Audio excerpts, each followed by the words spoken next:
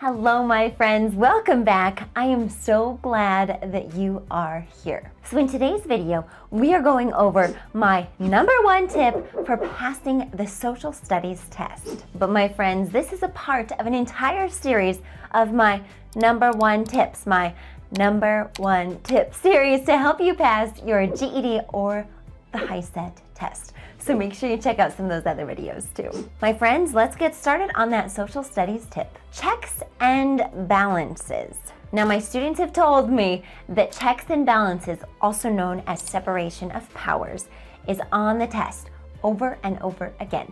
So I really want to make sure that you have a little bit of an understanding. But if you'd like me to make an entire video on checks and balances so that you really understand, comment down below. So to help you remember checks and balances or separation of powers, I created an acronym. And what better acronym than CHECKS?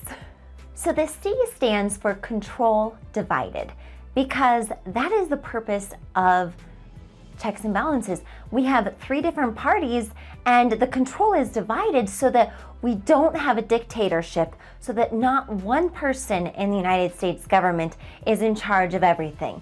And this controlled divided powers makes things so that our economy just runs a lot more smoothly. And with that comes H, helps prevent abuse. So a lot of times a dictatorship, one person in control, they start taking over everything. And the citizens may or may not agree with what that person is doing. And so it's really nice that we have the separation of powers so that one person is not in control, abusing the system. My friends, do me a favor. If you know anyone else that is working on their HiSET or their GED, share my channel with them. Because ultimately, the more people that get their GED or their HiSET, the better our world is going to be. So please share this video with a friend. Executive, legislative, and judicial. These are the 3 branches that work together. Executive is the president and the president's cabinet.